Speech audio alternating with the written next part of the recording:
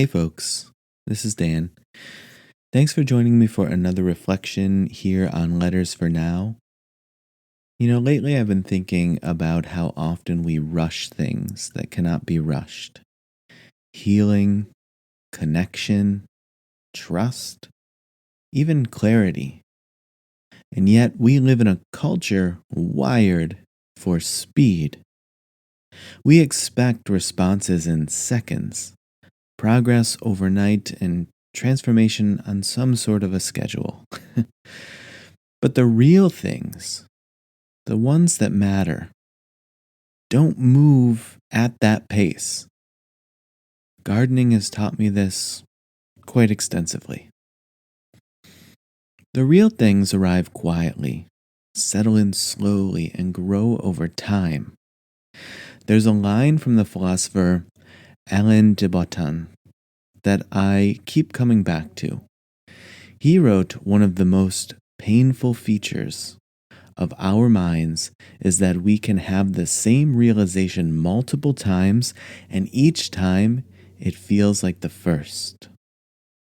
And this week, I had one of those first again realizations that real things, the durable things, don't happen fast.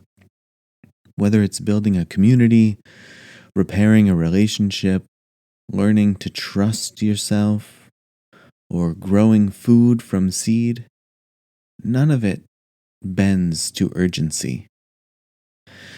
I was reminded of this while walking past the gift table I keep outside my house. Some days it is full. Some vegetables I've grown, bundles of firewood that I've split, or little flowers from the yard that I've arranged. And some days there's basically nothing there. And some days, many days recently actually, everything sits untouched.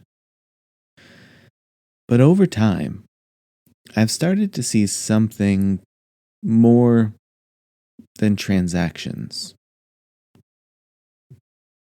A quiet rhythm, a slow trust building, neighbors waving who didn't used to, notes tucked under a jar, and a rhythm that only emerged because I let it be what it was, not what I thought it should become right away.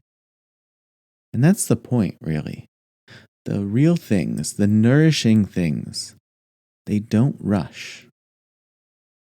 Thich Nhat Hanh once wrote, "People usually consider walking on water or in thin air a miracle. But I think the real miracle is not to walk either on water or in the air, but to walk on earth. To walk on earth, to be here long enough to notice that thing that is actually unfolding, the all of what is that is actually unfolding. But so much of our modern nervous system has been trained for velocity, to refresh, to scroll, to fix, to respond.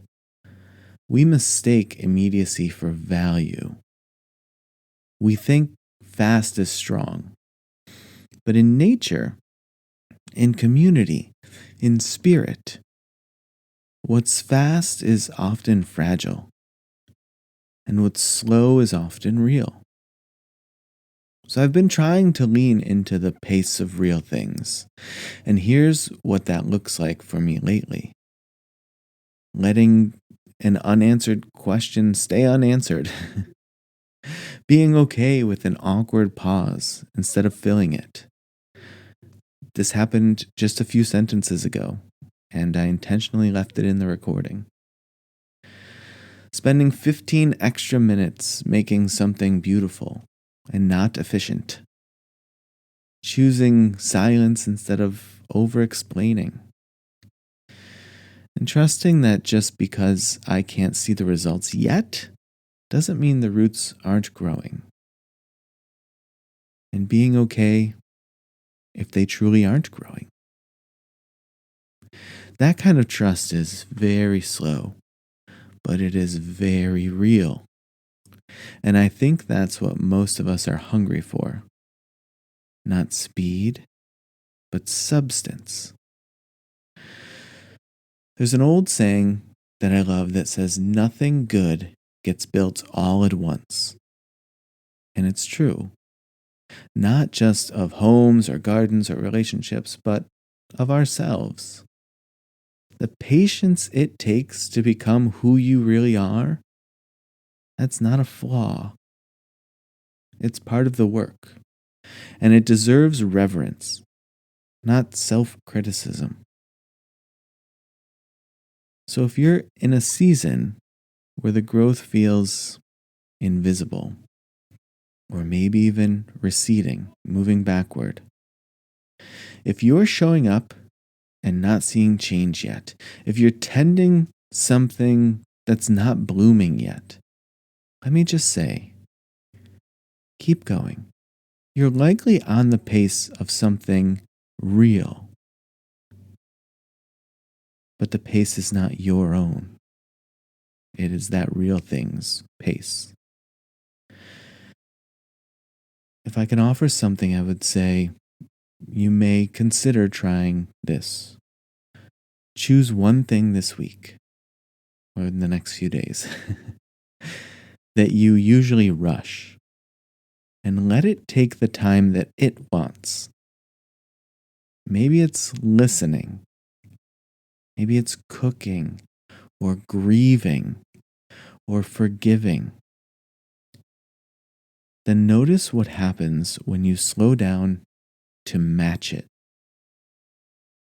You may find that slowness isn't the opposite of progress. It is the beginning of depth. That's all for this one. I would say thanks as always for being here and for making space in your week or your day or whatever for a little reflection, a little time together. And if you haven't already, you can read the full archive of essays and audio posts. And I think there's even a video post or two. And subscribe to the newsletter at lettersfornow.substack.com. I'd love to keep sharing more of these moments with you. So take care, and I'll talk to you sometime over the next few days.